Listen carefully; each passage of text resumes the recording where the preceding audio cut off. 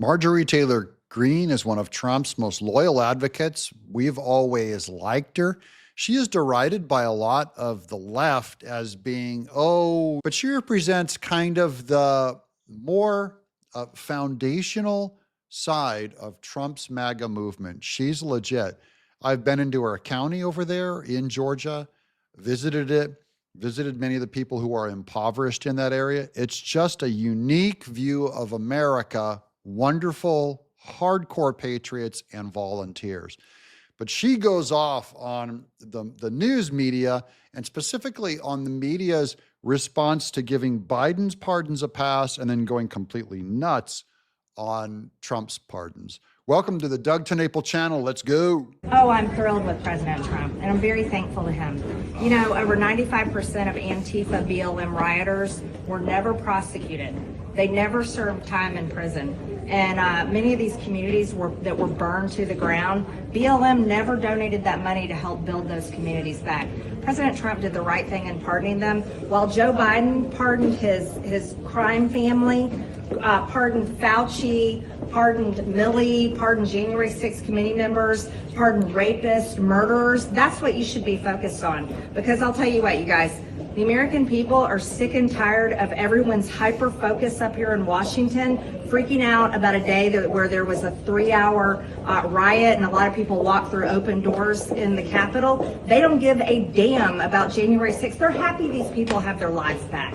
Yeah, we're celebrating the release of the January 6th political prisoners. They're wonderful people. I've been looking at their videos. Most of them are Christians. It's probably the largest incarceration of born-again Christians by the government in our country's history. Were those J6ers all incarcerated at once? They're kind, they're gentle. I don't want to go into all of their records. I'm not trying to whitewash them as angels at all. You know, some trespassed, whatever. Some of them didn't.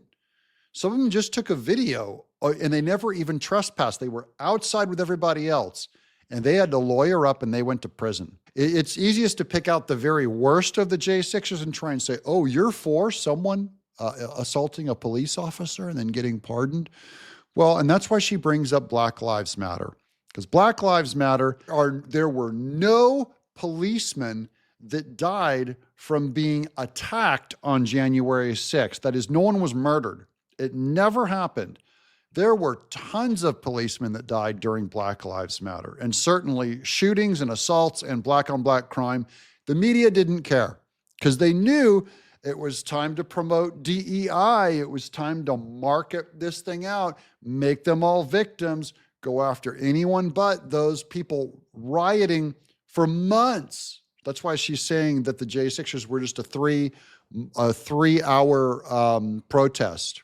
Scary? Yes. Not worth sending them to jail. I'm sorry. I don't agree. I'm looking at what these guys did. I don't get it at all.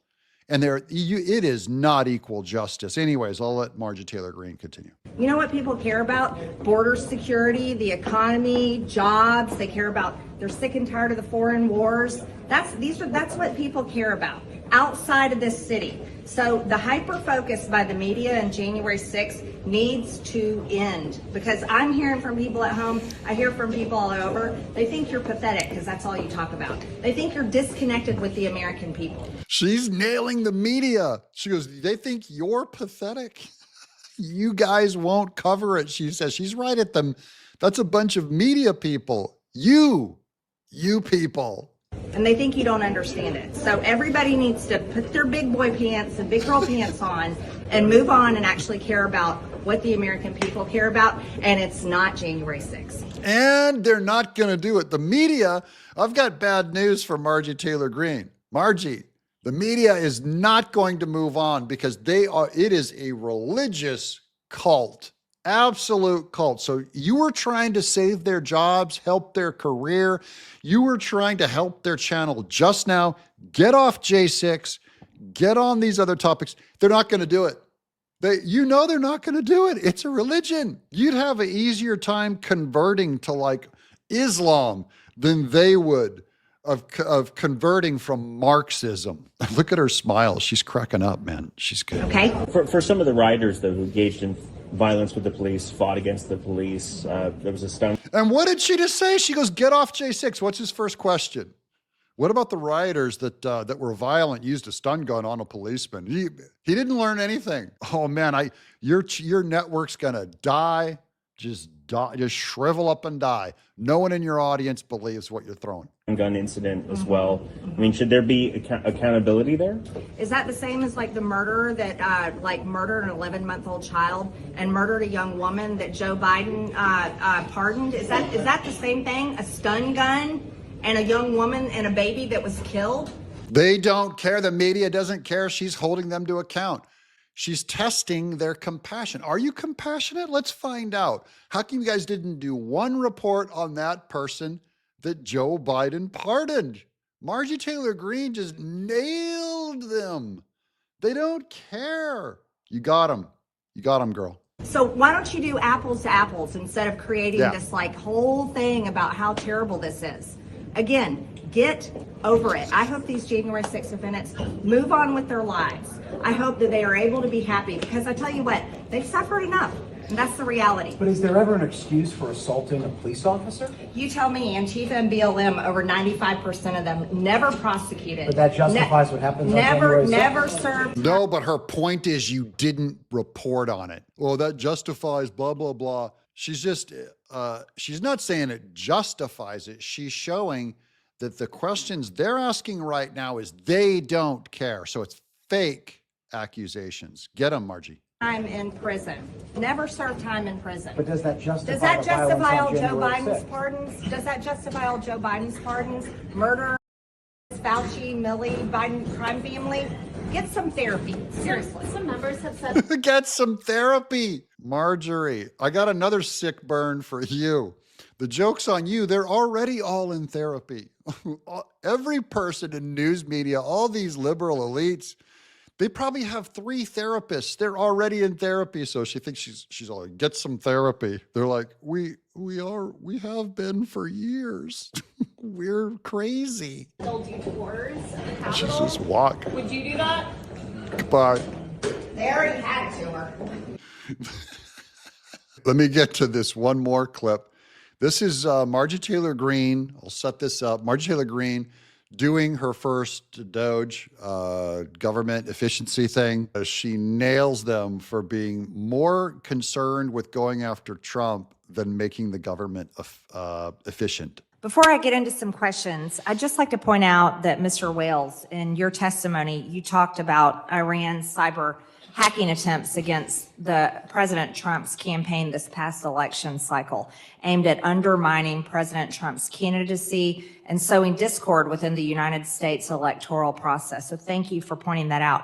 While cyber threats from our foreign adversaries must absolutely be protected against, we also can't forget that our own independent cybersecurity agency, CISA, was more focused on conducting its own large-scale election interference campaign through its censorship laundering complex against our own people, rather than bolstering our cybersecurity efforts and working to protect our critical infrastructure. They were trying to protect the American people from free speech rather than protecting the American people from foreign terrorist adversaries. Okay, and then this cool video, this is a handheld selfie by Tim Burchett, and Marjorie Taylor Greene makes a little guest appearance in this video. Hey everybody, just leaving the first organizational meeting of the Doge committee, and my dear friend Marjorie Taylor Greene is chairing it. Say hey to everybody, Marjorie. Hi, everyone. We can't wait to get to work. That's right. Thank y'all so much for sending me here. Let's get them. Let's take our country back. Thanks, Marjorie. See you. Bye. A lot of organizational stuff. It's going to be a great committee, and we're going to come out blasting. And I'm very much looking forward to it. No sacred cows in this bunch, folks. You name it, we're going to go after it. And we're going to hopefully save a ton of money for this country.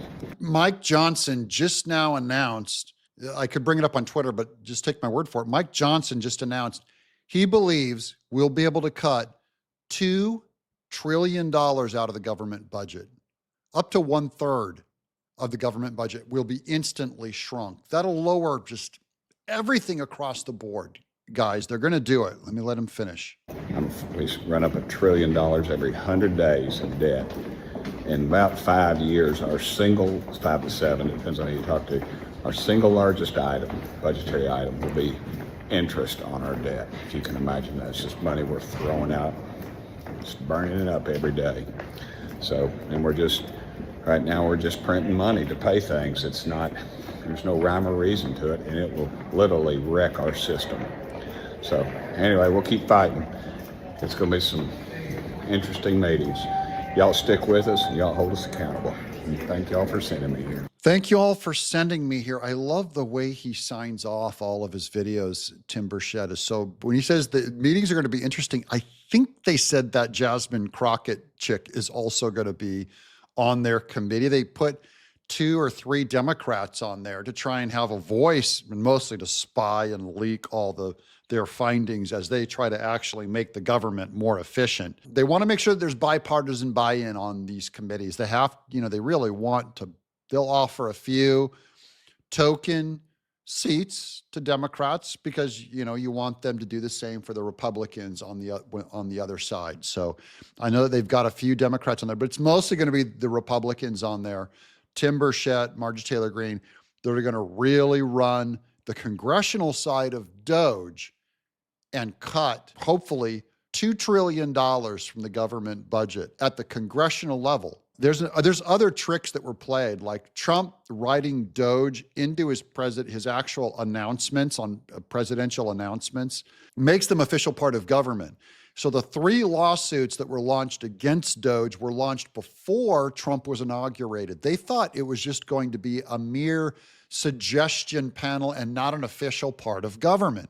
So George Soros sued the wrong division because they went from being this kind of private panel to being an official part of the executive, Trump's branch of government, is what he did. So those lawsuits are all defunct. They sued the wrong institution. It's all done. So this is incredible strategy. It's going to work. And Tim Burchett said, guys, there's going to be some real fireworks. It's going to be shock and awe what they go in and gut and cut. I'm Doug in exile.